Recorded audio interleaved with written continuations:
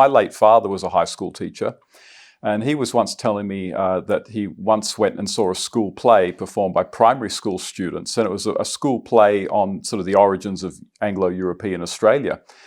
And it depicted some children depicting Aboriginal Australians. They were there. And then they see other children come up, and they're supposed to sort of be the First Fleet and Captain Arthur Phillip. And then these other children start shooting dead all the Aboriginal kids, and they all just fall down. And that's what these kids have been taught, that the whites basically came here with the intention of annihilating the Indigenous Australians. But when you look at the historical records, that is just a complete misunderstanding. It's a complete lie.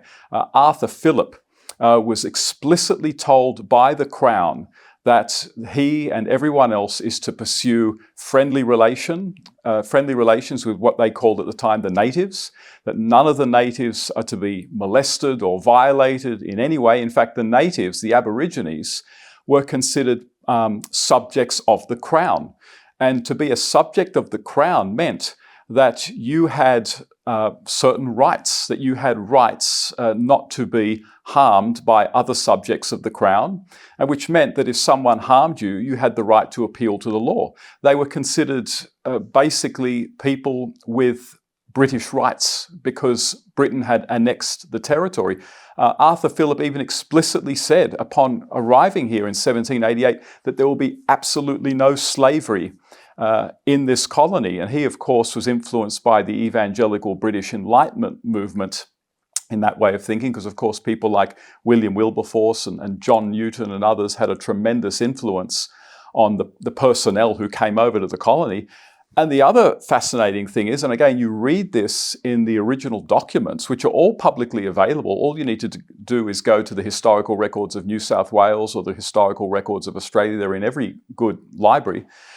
And it was Arthur Phillip's hope, actually, that there would be intermarriage between the convicts and the Aborigines. He wanted them to start. Which there was, by the way. There was, of course. And that was the great hope, so that they could basically get along with one another. And look, I think we can say that these hopes were naive, but the idea that the English, that the British came here and simply wanted to kill and annihilate the Aborigines and just clear them out of the way is complete myth.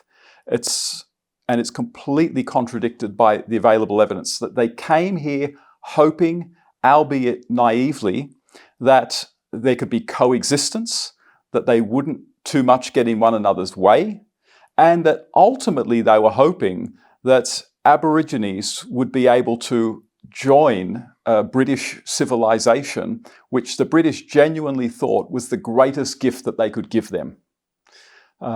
It didn't turn out that way, and we can talk about that a bit later, but this idea that they came here with the intention of committing genocide and just killing off the Aborigines is a complete lie.